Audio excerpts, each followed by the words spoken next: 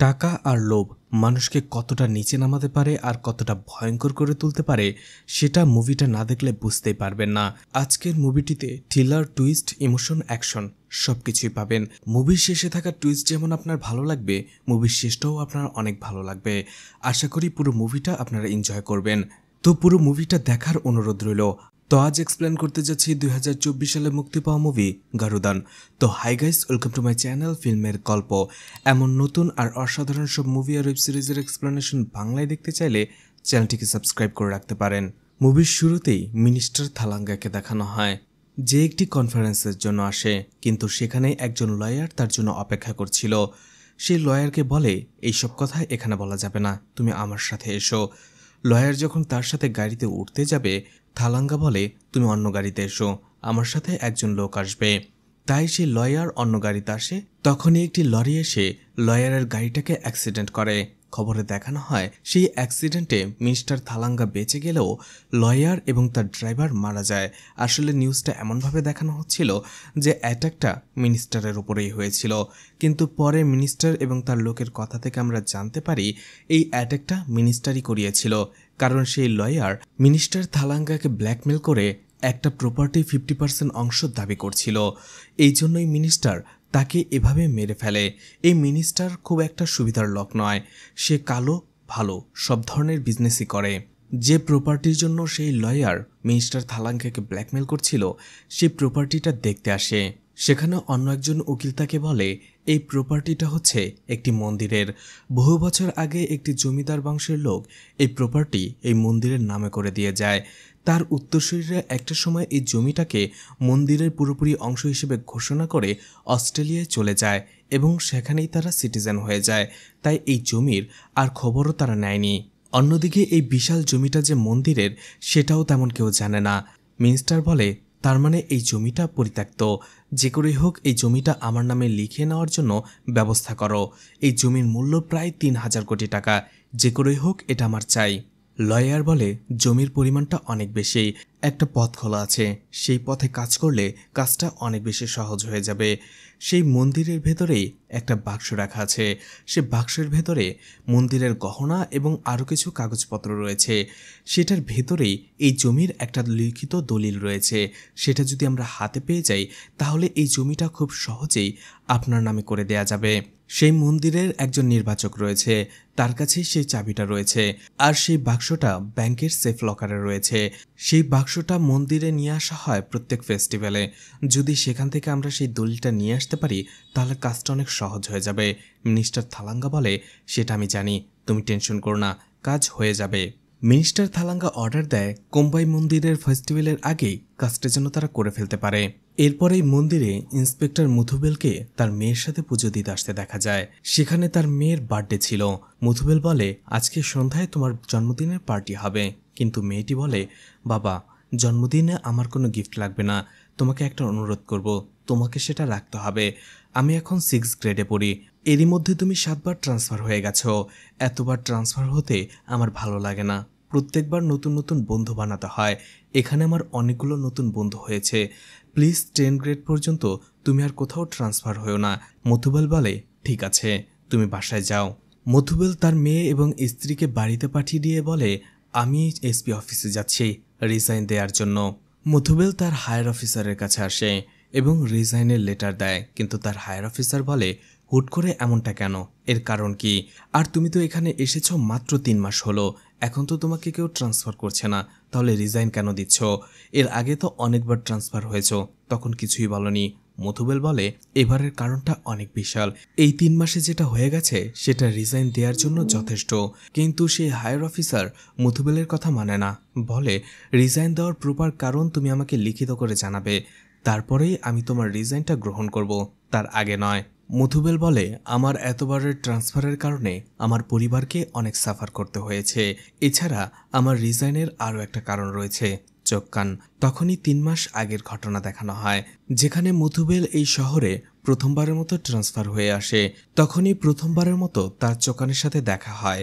চোকান একজন লেবার হিসেবে মধুবেলের বাড়ির জিনিসপত্র দিয়ে আসছিল। ঠিক তখনই মধুবেলের মেয়ের উপরে একটা আলমারি পড়ে যাচ্ছিল, কিন্তু চোকান সময় মতো এসে মেয়েটিকে বাঁচিয়ে নেয়।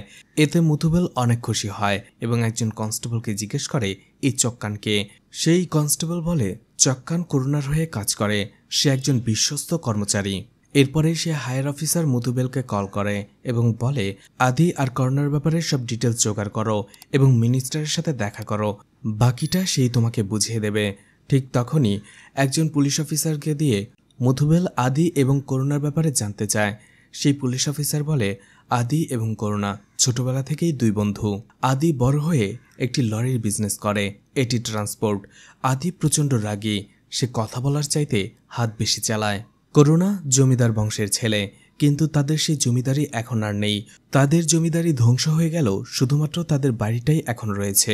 করুণার আর্থিক অবস্থা তেমন ভালো নয়, তার একটি ইটের ভাটা রয়েছে এবং সেখানে সে নিজেও কাজ করে, আর এভাবেই চলছিল তাদের দুজনের দিনকাল। করুণার দাদি রয়্যাল ফ্যামিলি থেকে হওয়ার কারণে তার দাদিকেই কোম্বাই মন্দিরের সেক্রেটারি হিসেবে রাখা হয়, আর এটা সে কয়েক বছর ধরেই করে আসছে। এই পুরো গল্পটাই আসলে মুথুবেলের ভয়েস ওভারের মাধ্যমে শোনানো হয়। তখনই মুথুবেল বলতে থাকে করুণা এবং আদির গল্প জানতে হলে আগে আমাদের চক্কানকে জানতে হবে। চক্কান একজন অনাথ, সে মন্দিরেই থাকত। করুণা এবং তার বন্ধুরা মন্দিরের পাশেই মাঠে খেলত। একদিন করুণার বন্ধুরা তাকে একটি কুকুর লেলিয়ে দেয় তার পেছনে, আর সেই কুকুরটাকে প্রতিহত করে চক্কান। আর সেই দিন থেকে করুণা এবং চক্কান দুইজন বন্ধু হয়ে যায়। যেহেতু চক্কান এতিম ছিল, তাই করুণা তার বাড়িতে নিয়ে আসে, আর করুণার দাদি চক্কানকেও নিজের নাতির মতোই বড় করে তোলে। ছোটবেলা থেকেই চক্কান, করুণা, আদি একসাথে বড় হয়ে ওঠে। আদি এবং করুণা ইতিমধ্যে বিয়ে করেছে, আদির দুইজন ছেলে মেয়ে রয়েছে, কিন্তু করুণার বিয়ের ৮ বছর হয়ে গেলেও এখনও তাদের কোনো সন্তান হয়নি। যে কোনো বিপদে আদি এবং করুণা একসাথে রুখে দাঁড়াতো। দেখা যায় করুণার একজন বিজনেস পার্টনারের সাথে তাদের ঝামেলা হয়, সেখানে আদি এবং করুণা মিলে তাকে সেখান থেকে অপমান করে তাড়িয়ে দেওয়া হয়। এর আরও একটা কারণ হচ্ছে সেই লোকটা আদিকে কিছুটা অপমান করেছিল, এই জন্য করুণা কোনো কথা না ভেবেই সেই লোকটাকে সেখান থেকে অপমান করে তাড়িয়ে দেয়।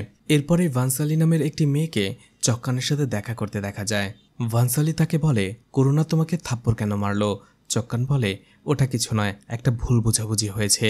ভানসালি আসলে চক্কানের জন্য খাবার নিয়ে এসেছিল, কিন্তু সেখানে এসে করুণার ব্যাপারে কথা বললে চক্কান তাকে কিছুটা অপমান করে তাড়িয়ে দেয়। মুথুবেল সেখানেই দাঁড়িয়ে চা খাচ্ছিল, সে চক্কানকে দেখে এবং চক্কানের ব্যাপারে জিজ্ঞেস করে। আসলে চক্কান যেহেতু তার মেয়ের জীবন বাঁচিয়েছে, তাই চক্কানের ব্যাপারে জানতে সে অনেক বেশি আগ্রহী। এরপরে ভানসালি পারভিন নামের একটি মেয়ের সাথে দেখা করে এবং সেই মেয়েটি ভয়ে ছিল, কারণ সে প্রেগনেন্ট ছিল। সে তার ভালোবাসার মানুষকে বিয়ের কথা বললেও সে এখনও তাতে রাজি হয়নি। ভানসালি বলে যাকে এই কথাটা বলা ঠিক হবে আমরা তার কাছেই যাব। ভানসালি চলে আসে চক্কানের কাছে আর বলে আজকে সন্ধ্যায় বাগানে আমার সাথে দেখা করবে। এটা শুনে চক্কান অনেক বেশি খুশি হয়ে যায়। সে আসলে মনে মনে ভানসালিকে ভালোবাসতো, আর সে ভেবেছিল ভানসালি হয়তোবা আজকে তাকে ভালোবাসার কথা বলবে। চক্কান সেখানে যাওয়ার পরে সেখানে ভানসালিও আসে। ভানসালি সেখানে পারভিনকে নিয়ে আসে। পারভিন বলে সে তার ভালোবাসার কথা বলতে এসেছে। এটা শুনে চক্কান ভাবে হয়তো পারভিন তাকে ভালোবাসে। চক্কান তাকে অপমান করে। কষ্ট পেয়ে পারভিন সেখানে থাকা একটা কুয়োর ভেতরে লাফ দেয়। চক্কানও তাকে বাঁচানোর জন্য লাফ দেয়। দুজনকেই হসপিটালে ভর্তি করানো হয়। তখন সেখানে চক্কান জানতে পারে পারভিন আসলে ভালোবাসে করুণার শালা ভারিভেলুকে। পারভিন একটি মুসলিম মেয়ে, তাই ভারিভেলু তাকে বিয়ে করতে রাজি হয় না। হসপিটালে করুণা এবং আদি আসে চক্কানকে দেখার জন্য। এছাড়া সেই মেয়েটির বাবা আদিকে রিকোয়েস্ট করে যে তার মেয়ের জীবন এখন তাদের হাতেই।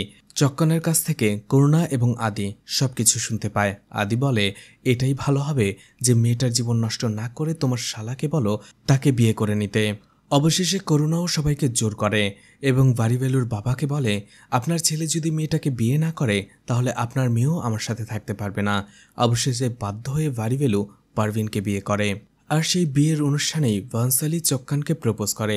আসলে ভানসালিও তাকে ভালোবাসত। পছন্দের মানুষের কাছ থেকে ভালোবাসার কথাটা শুনতে পেরে চক্কান খুশিতে আত্মহারা হয়ে যায়। এদিকে ভারিভেলুর বাবা আদির ওপর থেকে এখনও রাগটা যায়নি, কারণ তার কথাতেই করুণা ভারিভেলুকে পারভিনকে বিয়ে করতে বাধ্য করেছে।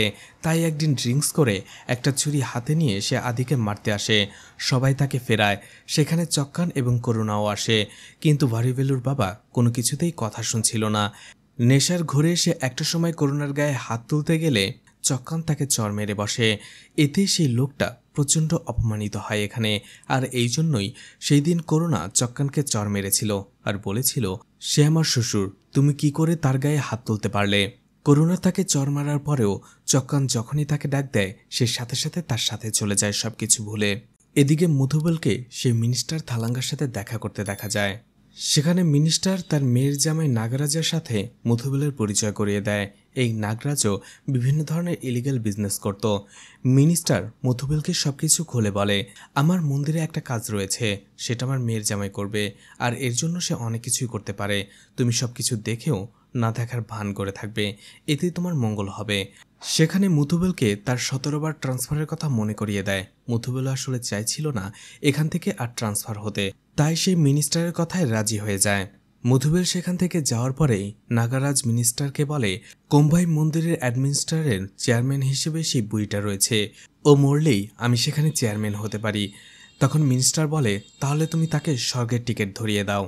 সেখানে করুণার দাদিকে নেশাজাত দ্রব্য খেতে দেখা যায়। এটা চোখকান দেখে তাকে বাধা দেয় এবং ভানসালিকে বলে, তুমি তাকে এগুলো কেন খেতে দিচ্ছ। ভানসালি বলে, দাদিমা আসলে রেগে রয়েছে, তার মনটাও খারাপ। চোখকান বলে, যাই হোক, এতটা খেলে সে হার্ট অ্যাটাক করবে।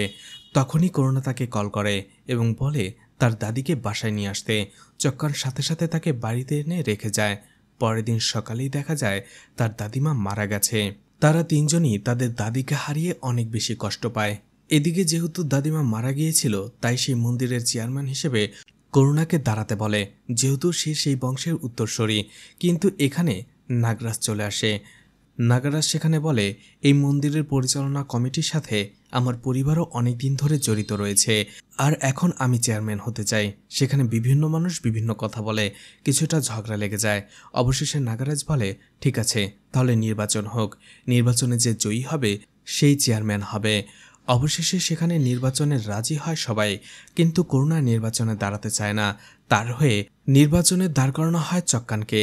এদিকে নাগারাজ আদিকে ডাকে আর বলে, আমরা দুইজনেই একই জাতের, উচ্চবংশীয়। চক্কান ছোট লোক, ওর তো বংশেরই কোনো পরিচয় নেই। ও যদি নির্বাচক কমিটির চেয়ারম্যান হয় তাহলে কেমন দেখায়। আমি নির্বাচন কমিটির চেয়ারম্যান হই, এর ফলে দুজনেরই লাভ। সেখান থেকে যা পাওয়া যাবে দুজনের সমান সমান ভাগ করে নেব। কিন্তু আদি এই কথাগুলো তার মোবাইল দিয়ে সরাসরি লাইভ করছিল এবং মন্দিরের বাকি সদস্যদের এগুলো দেখাচ্ছিল, যার ফলে সেই নির্বাচনে সহজেই জয় পেয়ে যায় চক্কান। চক্কান তো শুধু নামে মাত্র চেয়ারম্যান ছিল, তাই সেই মন্দিরের সেফটির জন্য মন্দিরের চাবিটা দেওয়া হয় আদিকে। এদিকে করুণা সেখান থেকে বাড়ি আসার পরে দেখতে পায় তার স্ত্রী সুইসাইড করতে চলেছিল। সে তাকে বাধা দেয় এবং জিজ্ঞেস করে কি হয়েছে।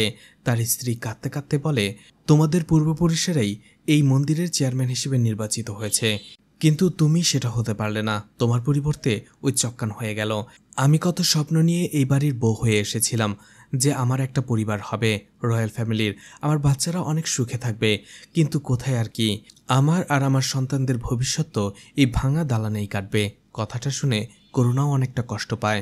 এদিকে মন্দিরের নিরাপত্তার জন্য যেহেতু দায়িত্ব দেওয়া হয়েছিল আদিকে, তাই সেই মন্দিরের যে গহনার বাক্সটা ছিল সেই গহনাগুলো পরীক্ষা করা আদি, কিন্তু দেখা যায় সেই গহনার বাক্সের সব গহনাই নকল ছিল। আদি পুলিশকে খবর দেয়। আদি সেখানে দোষারোপ করতে থাকে মন্দিরের সিকিউরিটি ম্যানেজারকে। তখনই সেখানে চক্কান এবং করুণা চলে আসে। করুণা আদিকে সাইডে নিয়ে যেয়ে বলে, এই কাজটা সে করেছে, তার বিজনেসটা ভালো যাচ্ছিল না, এই জন্য সেই মন্দিরের বাক্স থেকে গহনা নিয়ে নকল গহনা রেখেছে, আর সেই গহনাগুলো বিক্রি করে সে তার বিজনেসে লাগিয়েছে। সে ভেবেছিল বিজনেসটা ভালো হলে সেখান থেকে টাকা দিয়ে আবারও গহনা বানিয়ে মন্দিরে রেখে দেবে। আদি বলে, তুমি কথাটা আমাকে আগে বললে এই ঘটনাটা ঘটতো না, এখন কি হবে, তুমি এক কাজ করো, পুলিশের কাছে যেয়ে সারেন্ডার করো, আমি তোমাকে ছাড়িয়ে নিয়ে আসবো। আদির কথা মতো করুণা পুলিশের কাছে সারেন্ডার করে, কিন্তু সেই পুলিশ অফিসার লয়ার নিয়ে আসার পরেও করুণার বেল দিচ্ছিল না। তখনই সেখানে নাগরাজ চলে আসে এবং সেখানে সমস্ত গহনা দিয়ে করুণাকে ছাড়িয়ে নিয়ে যায়। এতে করুণার একটু মন খারাপ হয়। করুণা অনেক রেগে যায়, কারণ আদির কথা মতো সে পুলিশের কাছে সারেন্ডার করে অনেক অপমানিত হতে হয়েছে। রাতে সে নাগরাজের সাথে বসে কথা বলে। সে বলে, তুমি আমার বিপদের সময় পাশে দাঁড়িয়েছ, তোমার ঋণটা আমি কখনোই ভুলতে পারবো না, তুমি আমার কাছ থেকে কি চাও। তখনই নাগরাজ সবকিছু খুলে বলে। এছাড়া করুণার স্ত্রী এবং শালাও সেখানে ছিল। তারাও সহমত পোষণ করে আর এর জন্য সে অনেক টাকা পাবে। কথাটা শুনতেই করুণা অবশেষে রাজি হয়ে যায়। 2 দিন পরেই মন্দিরে সেই ফেস্টিভ্যাল। নাগারাজ করুণা এবং চোক্কানকে নিয়ে প্ল্যান করতে থাকে। সেটা হচ্ছে সেই ফেস্টিভ্যালের দিন চোক্কান যেহেতু চেয়ারম্যান, সেই ব্যাংকে যাবে সেফটি লকার থেকে সেই গহনার বাক্সটা নিয়ে আসার জন্য। সেই সেফটি লকারে গহনাসহ সেই জমির দলিলটাও ছিল। চক্কানকে বলা হয় সেফটি লকারে ঢোকার পরে সে যেন নাগারাজকে ভিডিও কল দেয়। সে তখন ভিডিও কলের মাধ্যমে সেই দলিলটা তাকে দেখিয়ে দেবে। চক্কান গহনার বাক্সে গহনার সাথে সাথে সেই দলিলটাও সে নিয়ে আসবে। আর চক্কানের সাথে 2 জন কনস্টেবলও থাকবে। ব্যাংক থেকে গ্রামে ফিরে আসার 3টা রাস্তা আছে। 3টা রাস্তার ভেতরেই আমার লোকেরা থাকবে। যে রাস্তা দিয়ে গাড়িটা আসুক না কেন, গাড়িটাকে থামিয়ে সেখান থেকে সেই গহনার বাক্সটা হাইজ্যাক করা হবে। গহনার বাক্স থেকে সেই দলিলটা আমরা নিয়ে নেব। এরপরে গহনার বাক্স সহ আমার লোকেরা আবারও পুলিশের কাছে সারেন্ডার করবে। আর এরপরেই কেসটা পুলিশ ডিসমিস করে দেবে। আর আদি যাতে এই ধরনের কোনো বাধা দিতে না পারে, তাই সেই দিন তার অনেক ইম্পর্টেন্ট কাজ থাকবে, সেখানেই সে ব্যস্ত থাকবে। সেই ফেস্টিভ্যালের দিন চলে আসে। দেখা যায় সেখানে অনুষ্ঠানের জন্য যে ফুলগুলো আনার কথা ছিল সেটা এখনও ডেলিভারি দেওয়া হয়নি। আদি ফোন করে সেখানে জানতে পারে যে লরি ড্রাইভার এই ফুলগুলো নিয়ে যাওয়ার কথা ছিল সে অসুস্থ, এছাড়া অন্যজনও যেতে পারবে না। আদি যদি ফুলগুলো নিয়ে যায় তাহলে ভালো হয়। আদি বলে ঠিক আছে, সে সেখানে আসছে। এরপরেই তার স্ত্রী তাকে কল করে, বলে তার ছেলে এখনও স্কুল থেকে বাড়ি ফেরেনি। সে স্কুলে যেও খোঁজ নিয়েছে, সেখানেও তার ছেলে নেই। আদি যেন তাড়াতাড়ি চলে আসে। আদি বলে ঠিক আছে, আমি আসছি। এরপরে আদি সেখানে যেতেই তাকে পুলিশ স্টেশন থেকে কল করা হয়। বলা হয় তার একটি লরি একটি গাড়ির সাথে অ্যাক্সিডেন্ট করেছে, সে যেন তাড়াতাড়ি থানায় চলে আসে। আসলে এই সব কাজগুলোই ছিল নাগারাজের, যাতে আদি এইসব কাজে ব্যস্ত থাকে। আর চক্কান সেই গহনার বাক্স টানতে একাই যায় ব্যাংকে। কিন্তু যখনই চক্কান সেই সেফটি লকারটা খুলতে যাবে, তখনই ব্যাংকে সে আদিকে দেখতে পায়। সে আদিকে দেখে কিছুটা ভয় পেয়ে যায়, কারণ তাদের প্ল্যান অনুযায়ী আদির সেখানে থাকার কথা ছিল না। আদি বলে একসাথে অনেকগুলো প্রবলেম এসেছিল, তখনই আমি বুঝতে পেরেছিলাম কোনো কিছু গোলমাল রয়েছে। তখনই দেখা যায় সেই লরিগুলোর মালিক ছিল তার স্ত্রী।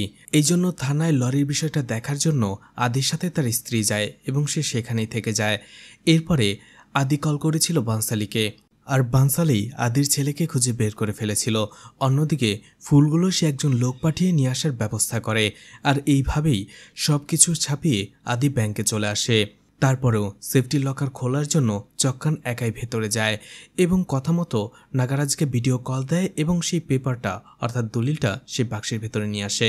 নাগারাজ ভেবেছিল যেহেতু আদির সাথেই আছে তাকে মেরে ফেলবে, কিন্তু এটা চক্কান জানত না, কারণ করুণা তাকে বলেছিল আদির কোনো ক্ষতি হবে না। কিন্তু আদিও খুব দ্রুত ছিল, সে বুঝতে পেরেছিল কোনো একটা অঘটন ঘটতে পারে। তাই সে 3টা রোড দিয়ে না গিয়েও ভিন্ন রোড দিয়ে ঘুরিয়ে পেঁচিয়ে তারপরে মন্দিরে আসে। আর এভাবেই এই বিপদটা থেকে তারা বেঁচে যায়। এটা দেখতে পেয়ে নাগরাজ প্রচণ্ড রেগে যায়। কারণা বলে আজকে বাদ দাও, এটা আমরা অন্যদিন করব। কিন্তু নাগারাজ বলে না, দরকার পড়লে আজকে আদিকে মেরে তারপরে আমরা সেটা নিয়ে যাব। নাগারাজের লোকেরা সেখানে সেই দলিলটা ছিনিয়ে নেওয়ার চেষ্টা করে এবং আদির উপরে হামলা করে। আদি তাদের সাথে লড়াই করতে শুরু করে। এটা দেখে চক্কানও তাদের সাথে ফাইট করে, যদিও করুণা সেখানে চুপচাপভাবেই বসেছিল। একটা সময় আদি করুণাকে ডাকে এবং ফাইট করতে বলে। নাগারাজ যখন দেখতে পায় তারা তাদের সাথে পেরে উঠছে না, তখনই সে ভাইরাভাল্লুকে বলে আদিকে পেছন থেকে আঘাত করার জন্য।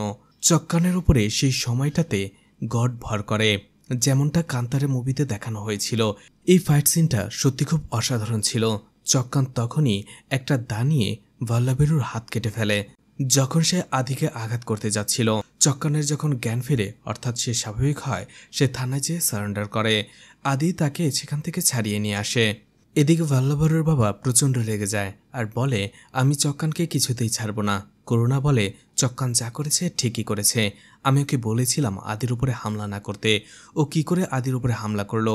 আর চক্কান যদি ওর হাত কেটে না ফেলতো তখনই আদি ওর মাথা কেটে ফেলতো। এদিকে থানায় থেকে নিয়ে আসার সময় আদি চক্কানকে বলে সেই দিন এতগুলো অনাকাঙ্ক্ষিত ঘটনা একসাথে ঘটার কারণে আমি বুঝতে পেরেছিলাম কোনো একটা প্রবলেম হবে। আর যখন শুনলাম তুমি একাই চলে গিয়েছো ব্যাংকে সেই বক্সটা নিয়ে আসার জন্য, তখনই আমি দেরি না করে চলে এসেছি। আমার মনে হয় তুমি এই বিষয়টা জানতে, তুমি আমাকে অন্তত একবার বলতে পারতে। আমার এখন কথা বলা দরকার করুণার সাথে। আমি জানতে চাই ও এই বিষয়টা জানতো কিনা। তখনই সে করুণাকে কল করে এবং জিজ্ঞেস করে সে কোথায় যাচ্ছে।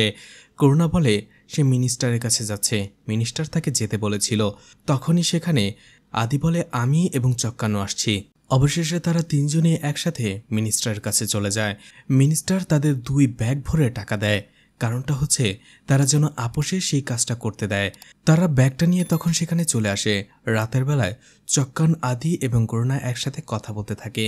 করুণা বলে আমি রয়্যাল ফ্যামিলি হওয়া সত্ত্বেও এখন যে জীবনযাপনটা করছি এটা কখনোই আমার কাম্য নয়, আমার স্ত্রীর কাম্য নয়। আমি কতদিন আর এভাবে থাকবো। আদি বলে তুমি কথাটা আমাকে বলতে, দরকার পড়লে আমি আমার লরি বাড়ি বিক্রি করে তোমাকে টাকা দিতাম। করুণা বলে আমি তোমার কাছ থেকে ভিক্ষে চাইনি, যে কাজটা করছি সেটা করতে দাও। আদি বলে ওরা এই জমিটা ভালোর জন্য নেবে না, আর এটা মন্দিরের জমি, এটা আমি কখনোই হতে দেব না। তুমি যদি সেই জমিতে পা বাড়াও আমি তোমাকেও মেরে ফেলবো। এটা বলে সে সেখান থেকে চলে যায়। রাতের বেলা করুণার স্ত্রী তাকে বিভিন্নভাবে ফোঁসলাতে থাকে যাতে সে নাগরাজের হয়ে কাজ করে, আদির কথা না শোনে। তখনই বাধ্য হয়ে একটা সময় সে নাগরাজকে কল করে আর বলে আমরা যে করে হোক কাজটা করে ফেলবো, দরকার পড়লে আদিকে সরিয়ে ফেলবো আমাদের পথ থেকে। আর এতে করুণাও রাজি হয়। এর একদিন পরেই দেখা যায় চক্কান, করুণা, নাগরাজ এবং ভাল্লাভারুর সাথে কোথাও যাচ্ছে। তারা একটি হোটেলে ওঠে। সেই হোটেলে ওঠার পরে নাগরাজ সবার কাছ থেকে ফোন নিয়ে যায় আর বলে এই ফোন ততক্ষণ পর্যন্ত ইউজ করা হবে না যতক্ষণ না পর্যন্ত আমাদের মিশনটা সাকসেসফুল হয়। করুণা চক্কানকে সেই হোটেলে রেখেই নাগরাজের সাথে কোথাও যেতে থাকে। জানালা দিয়ে চক্কান যখন এটা দেখতে পায় তখন সে হেঁটে হেঁটেই তাদের পিছু করতে শুরু করে। তারা সবাই মিলে একটি বাগানের মতো জায়গায় আসে। সেখানে আসার পরে করুণা অন্য একজনের ফোন দিয়ে আদিকে কল করে আর বলে তুমি কি আমার সাথে দেখা করতে এখানে আসবে, নাকি কোনো প্ল্যানে চেঞ্জ হয়েছে? আদি বলে হ্যাঁ আসবো, আর সেই জমির দলিলটাও আমি তোমাকে দিয়ে দেব। কারণ গতকাল রাতে আদির স্ত্রীও তাকে বুঝিয়েছে যে যে করেই হোক মিনিস্টার এই দলিলটা নিয়ে ছাড়বে তোমাকে মেরে হলেও, আর তুমি মারা গেলে আমাদের কি হবে? এর চেয়ে ভালো মিনিস্টার যে টাকাটা দিয়েছে সেটা নিয়ে নাও, সেটা দিয়ে আমরা মন্দির এবং এই গ্রামের জন্য ভালো কিছু করব। এতেই হয়ে গেল। আদিও ভাবতে থাকে তার স্ত্রী যেটা বলেছে ঠিকই বলেছে। তাই সে ঠিক করেছে সেই জমির দলিলটা সে নাগরাজুকে দিয়ে দেবে। এটাই সে করুণাকে বলে। করুণা কথাটা শুনে অবাক হয়ে যায়, কারণ তারা প্ল্যান করেছিল আজকে তারা এখানে আদিকে ডেকে মেরে ফেলবে। কিন্তু আদি যখন পোষ মেনে গেছে তাহলে মারার আর দরকার পড়বে না। কিছুক্ষণ পরেই দেখা যায় সেখানে চক্কান চলে আসে। বলে আমাকে রেখে তোমরা কিভাবে চলে আসলে? আর এখানে কি তোমরা সেই পিকনিকটা করতে চাচ্ছ? কিন্তু রান্না বান্না করার আগের লোকরা কোথায়? এখানে তো সবাই নতুন, আমাকে দাও, আমি রান্না করছি। এটা বলে যখন সে রান্নার কাজে চলে যায় তখন সে দেখতে পায় সেখানে অনেক বড় বড় ছুরি। এছাড়া চারপাশের মানুষকে দেখেও চক্কানের কিছুটা সন্দেহ হয়। সে ভাবতে থাকে শুধুমাত্র রান্না করার জন্য এত বড় বড় ছুরির কি প্রয়োজন রয়েছে। এদিকে আদিকে দেখা যায় তার ছোট্ট মেয়েকে নিয়ে সেখানে আসছিল। প্রথমতেই করুণার সেই বিজনেস পার্টনারের সাথে দেখা হয় যে মদ খেয়েছিল, কিন্তু সেই বিজনেস পার্টনার তাকে বলে তুমি আমাকে ফ্রড বলেছ, করুণা তার থেকে অনেক বড় ফ্রড, তুমি কি সেটা জানো? আদি তাকে ধমকি সেখান থেকে চলে যেতে বলে। এর কিছুক্ষণ পরেই আদি সেখানে চলে আসে। সেখানে আসার পরেই আদিকে তার স্ত্রী কল করে, আর তার স্ত্রী আদিকে চক্কানকে ফোন দিতে বলে। চক্কানের সাথে সে বলে সে তাদের জন্য পছন্দের চিকেন কারি বানাচ্ছে, সেই জন্য আদি, করুণা এবং নিজেও চলে আসে। আর সেটা না হলে সে যেন এসে সেই চিকেন কারিটাই এখানে নিয়ে যায়। চক্কান আসলে সেখান থেকে যেতে চাইছিল না। কারণটা হচ্ছে সে কিছুটা আন্দাজ করতে পেরেছিল যে এখানে কিছু একটা ঘটতে যাচ্ছে। কিন্তু করুণা এবং আদি দুজনেই চক্কানকে বলে বাড়িতে যেয়ে চিকেন কারিটা নিয়ে আসার জন্য। চক্কান বাইকটা নিয়ে দ্রুত সেখানে যেতে থাকে।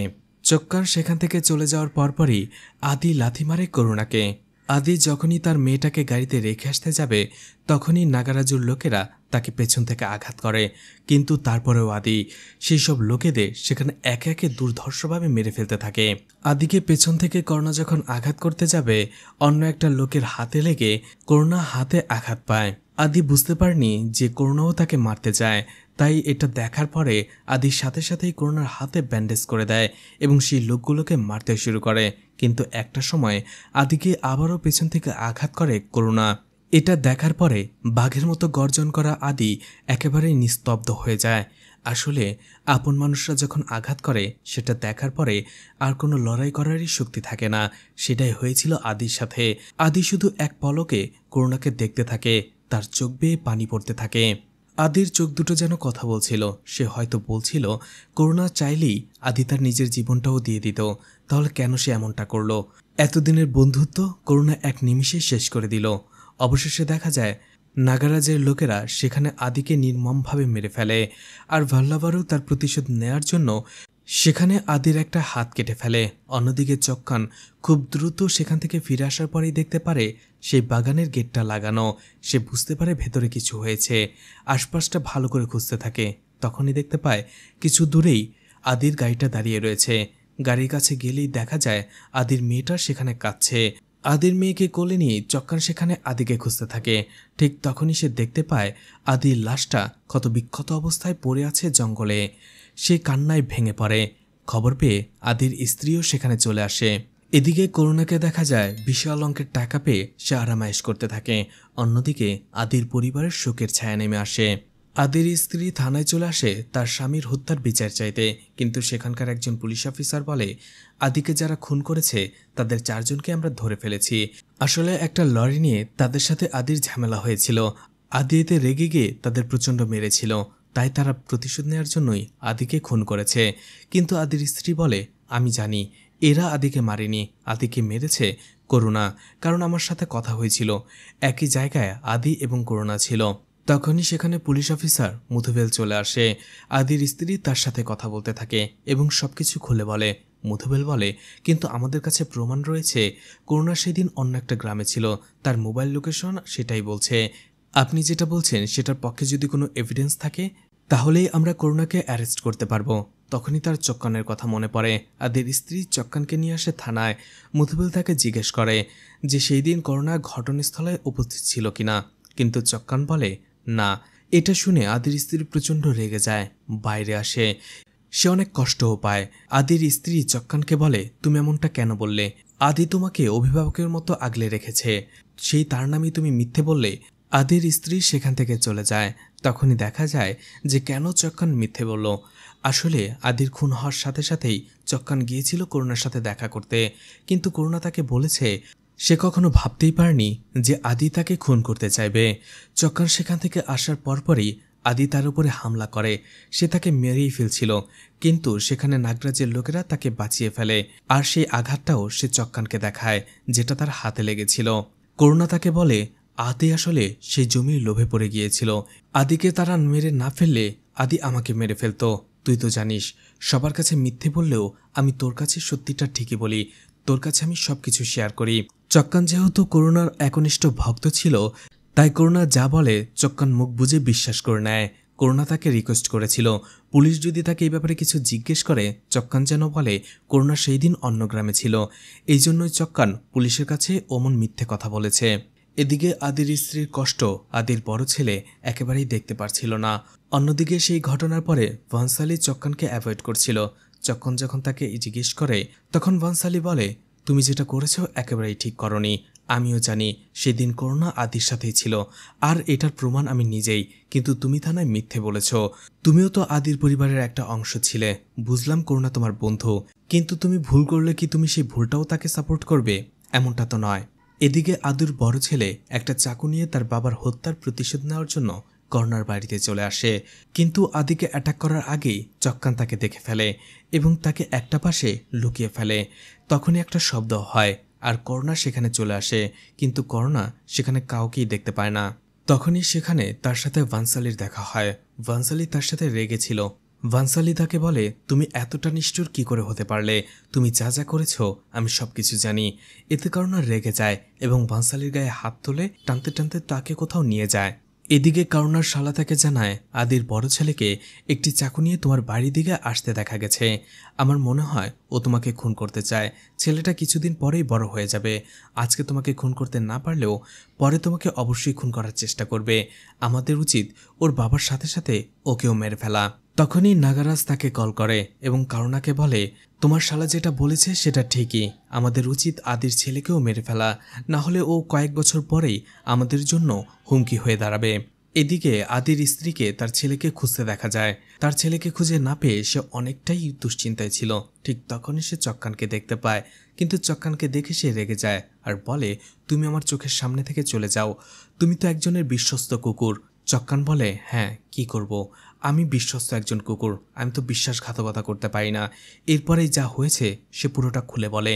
সে যখন আদির বড় ছেলেকে নিয়ে বাড়িতে ফিরছিল ঠিক তখনই তার সাথে নাগারাজের দেখা হয়। নাগারাজ আদির বড় ছেলেকে মারার চেষ্টা করে। চক্কান তাকে অনেক বোঝায়, কিন্তু নাগারাজ তার কোনো কথাই শোনে না।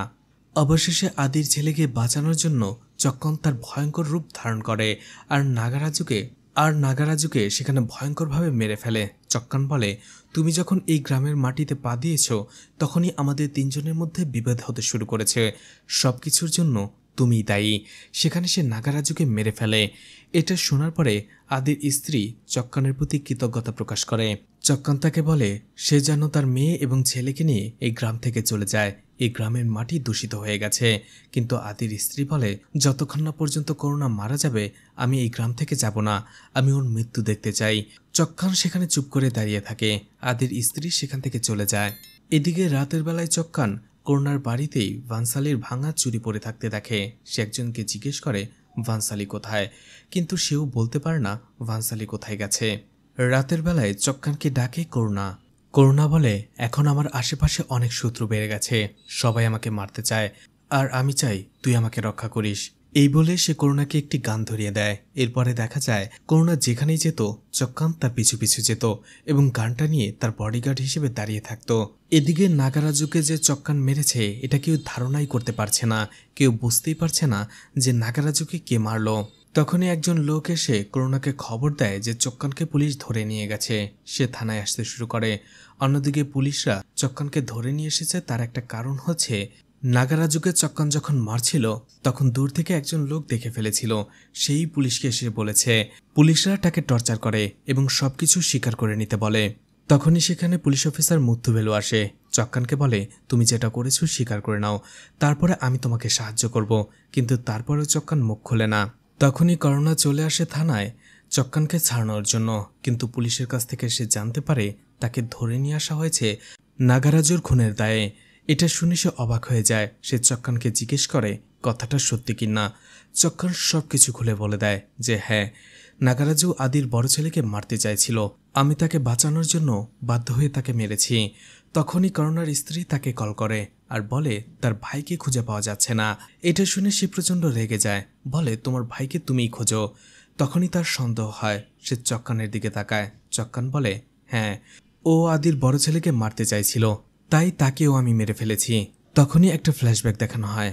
দেখা যায় ভিরাভেল্লুর স্ত্রী পারভিন কল করেছিল চক্কানকে আর বলেছিল তার হাজব্যান্ড ভিরাভেল্লু আদির বড় ছেলেকে মারতে যাচ্ছে, ও দিন দিন একটা পশু হয়ে যাচ্ছে, তুমি আদির বড় ছেলেকে বাঁচাও, আর এতে যদি ও মারা যায় তাতে আমার কোনো আপত্তি নেই। চক্কান এই জন্যই আদির বড় ছেলেকে বাঁচাতে গিয়ে ভিরাভেল্লুকে সেখানেই মেরে ফেলে। করুণা তাকে বলে, আদি তোমার কি হয়, আদির বড় ছেলেই বা তোমার কি হয়, যার জন্য তুমি নিজের জীবনটা এইভাবে শেষ করে দিলে। চক্কান তখন কল্পনা করতে থাকে এই ছেলেটাকে ছোটবেলা থেকে সে নিজের কোলে পিঠে মানুষ করে তুলেছে, আর এই ছেলেটা তাকে চাচা বলে রাখত। করুণা বাইরে বের হওয়ার পরে একজন পুলিশ অফিসার তাকে বলে, চক্কান যদি জীবিত থাকে সে আমাদের জন্য হুমকি হয়ে যাবে, আমি চাই ওকে মেরে ফেলতে। ওকে যখন মেডিকেল চেকআপের জন্য নিয়ে যাওয়া হবে তখন আমার লোকেরা ওকে মেরে ফেলবে। করুণা এতে সাই দিয়ে সেখান থেকে চলে আসে। এদিকে রাতের বেলা চক্কানের সাথে দেখা করে মুথুভেল্লু আর বলে, তুমি আমার মেয়ের জীবন বাঁচিয়েছ, তাই সেদিন আমি তোমার জন্য কিছু করতে না পারলেও আজকে আমি তোমার জন্য কিছু করতে চাই, বলো আমি তোমাকে কিভাবে সাহায্য করতে পারি। পরের দিনই দেখা যায় আদির স্ত্রী তার ছেলে মেয়েকে নিয়ে থানায় আসে। তখনই মুথুভেল্লু বলে, ওরা দুইজন এখনো বাচ্চা, ওদেরকে এসব থেকে দূরে রাখাটাই অনেক বেটার, ওদের পুরো ফিউচারটাই এখনো পড়ে আছে। আমি চাই আপনি অন্য কোথাও চলে যান। আমি একজন ইন্সপেক্টরের সাথে কথা বলেছি, সেখানকার একটি স্কুলে আপনার ছেলেকে ভর্তি করিয়ে দেওয়া হবে, সেখানে আপনাদের থাকার ব্যবস্থাও করে দেওয়া হবে। আর এই কাজগুলো আমি করছি না, চক্কান আমাকে করতে বলেছিল, এই জন্যই আমি এটা করেছি। এটা শুনে আদির স্ত্রীর চোখে পানি চলে আসে। সে চক্কানকে ভুল বুঝেছিল। চক্কানের কাছে যে সে কৃতজ্ঞতা প্রকাশ করে, কিন্তু চক্কান বলে, এটা আমার দায়িত্ব, আমি আপনার পরিবারের একটা অংশ, আর আমার পরিবারকে বাঁচানোর দায়িত্ব আমারই, আমি চাই আপনি এখান থেকে চলে যান, আর সাথে করে ভানসালিকে নিয়ে যান। ওর যাতে কিছু না হয়। আদির স্ত্রী তার ছেলেমেয়েকে নিয়ে সেখান থেকে চলে আসে। এদিকে করুণার স্ত্রী তার ভাইকে হারিয়ে কান্না করতে থাকে। বলে, আমার মনে হচ্ছে আমি তোমাকেও হারিয়ে ফেলবো। সবাই তোমাকে উৎপেতে রয়েছে মারার জন্য। ওই চক্কানকে তুমি ক্ষমা করো না, ওকে মেরে ফেলো। ওর জন্য আমি আমার ভাইকে হারিয়ে ফেলেছি। এতে রেগে যায় করুণা এবং ভানসালিকে জ্বালিয়ে মেরে ফেলার জন্য সে তার ইটের ভাটায় নিয়ে এসে চুলার ভেতরে ঢুকিয়ে দেয়, যাতে তাকে জ্বালিয়ে মেরে ফেলতে পারে। আসলে সে এটা চক্কানের উপরে প্রতিশোধ নেওয়ার জন্যই করছিল। সে জানতো চক্কান ভানসালিকে ভালোবাসে। ভালোবাসার মানুষকে হারালে মানুষ কতটা কষ্ট পায় সেটা বোঝানোর জন্যই এই কাজটা করে করুণা। এদিকে মিনিস্টার কল করে মধুবেল্লুকে আর বলে, যখন তাকে ম্যাজিস্ট্রেটের কাছে নেওয়া যাওয়া হবে অর্থাৎ চক্কানকে, তখন তুমি ক্রসফায়ার নামে তাকে মেরে ফেলা হবে। বাকিটা আমি দেখে নেব। মধুবেল্লু বলে, এতদিন আপনি যা বলেছেন আমি সব কিছু শুনেছি। আমি আপনার হয়ে কাজ করি, কিন্তু আপনার হয়ে আমি কোনো মানুষ খুন করতে পারবো না। ফোন রাখার পরে সে দেখতে পায় সেলের ভেতরে চক্কান নেই। সে জিজ্ঞেস করে চক্কান কোথায়। অন্য একজন কনস্টেবল বলে, গভীর তাকে মেডিকেল চেক আপের জন্য নিয়ে গেছে। এটা শুনে কিছুটা রেগে যায় মধুবেল্লু। সে বলে, আমি ওকে নিয়ে যেতে চেয়েছিলাম। সে তাড়াতাড়ি তার পেছনে আসতে শুরু করে, কিন্তু কিছুক্ষণ পরেই সে দেখতে পায় অটোটা উল্টে রয়েছে। তাদেরকে মেরে সেখান থেকে পালিয়ে গেছে চক্কান। মধুবেল্লু গোপীকে বলে, ও তো থানায় নিজের মুখেই সবকিছু স্বীকার করেছে, তাহলে এখন পালিয়েও কেন গেল। ঠিক তখনই একটা ফ্ল্যাশব্যাক দেখানো হয়। সেলের ভেতরে করুণার সেই বিজনেস পার্টনারও ছিল চক্কানের সাথে। সে তাকে একটা সত্যি কথা বলে, করুণা কোনো ভালো মানুষ নয়। ও ভালো মানুষের মুখোশের আড়ালে ও একটা শয়তান। ও তোমাকেও মেরে ফেলবে। আসলে করুণার জুয়া খেলার অনেক নেশা ছিল, তাই বিজনেস করে সে যার টাকা ইনকাম করতো না কেন, জুয়া খেলে সেগুলো উড়িয়ে ফেলতো। একটা সময় সে টাকা না পেয়ে সেই মন্দিরের লকার থেকে গহনাগুলো নিয়ে সেল করে সেগুলোর টাকা দিয়ে জুয়া খেলতে শুরু করে। এটা যখন করুণার দাদি জানতে পেরে গিয়েছিল, তাকে বাধা দিয়েছিল আর বলেছিল আজকের মধ্যেই সব গহনার টাকা নিয়ে সে গহনা কিনে আবার যেন সেখানে রেখে আসে। এইভাবে গহনার টাকা দিয়ে জুয়া খেলতে সে তাকে দেবে না, আর এটা সে আদিকে বলে দেবে। এই জন্য সেই দিন করুণা রেগে গিয়ে তার দাদির গলা টিপে ধরে। এতেই করুণার দাদি অনেক কষ্ট পায়। অন্যদিকে আড়াল থেকে এই কথাগুলো শুনতে পেয়ে যায় ভানসালি। এই জন্যই করুণার দাদি সেদিন মন খারাপ করে ড্রিঙ্কস করছিল। অন্যদিকে করুণা চাইছিল না এই কথাগুলো বাইরে আসুক, তাই সে চাইছিল তার দাদিকে মেরে ফেলার জন্য। এই জন্যই সে তার বিজনেস পার্টনারের সাথে যে হাত মেলায় এবং বলে তার ড্রিঙ্কসের সাথে বিষ মিশিয়ে দিয়ে তাকে মেরে ফেলার জন্য। কিন্তু সেই লোকটা সেই দিন করুণার কথাগুলো মোবাইল দিয়ে ভিডিও রেকর্ড করে ফেলেছিল। এরপরে সেই কথা মতোই করুণা তার দাদিকে মেরে ফেলে। আর সেই দিন যখন আদি সেখানে জমির দলিলটা দিতে যাচ্ছিল, রাস্তায় বিজনেস পার্টনারের সাথে দেখা হয়েছিল। সেই লোকটা করুণার সেই ভিডিওটা আদিকে দেখিয়েছিল, আর আদি এটা দেখে বুঝতে পেরে গিয়েছিল যে করুণাই তার দাদিকে মেরেছে। সেখানে যাওয়ার পরে সে জিজ্ঞেস করে, দাদিকে কেন সে মারলো, টাকার জন্য সে এতটা নিচে নেমে গিয়েছে। করুণা এতে রেগে যায়, বলে, আমার দাদি আমি মেরেছি, তোমার কি? আমার বিরুদ্ধে যে আসবে আমি তাকেই মেরে ফেলবো। আর এই জন্যই সেদিন আদি তার গায়ে হাত তুলেছিল। চক্কার সবকিছু শুনে অবাক হয়ে গিয়েছিল, কারণ করুণা তাকে মিথ্যে বলেছিল। আর এই জন্যই চক্কান জেল থেকে পালিয়ে গিয়েছিল। দেখা যায় সে ইটের ভাটায় চলে আসে।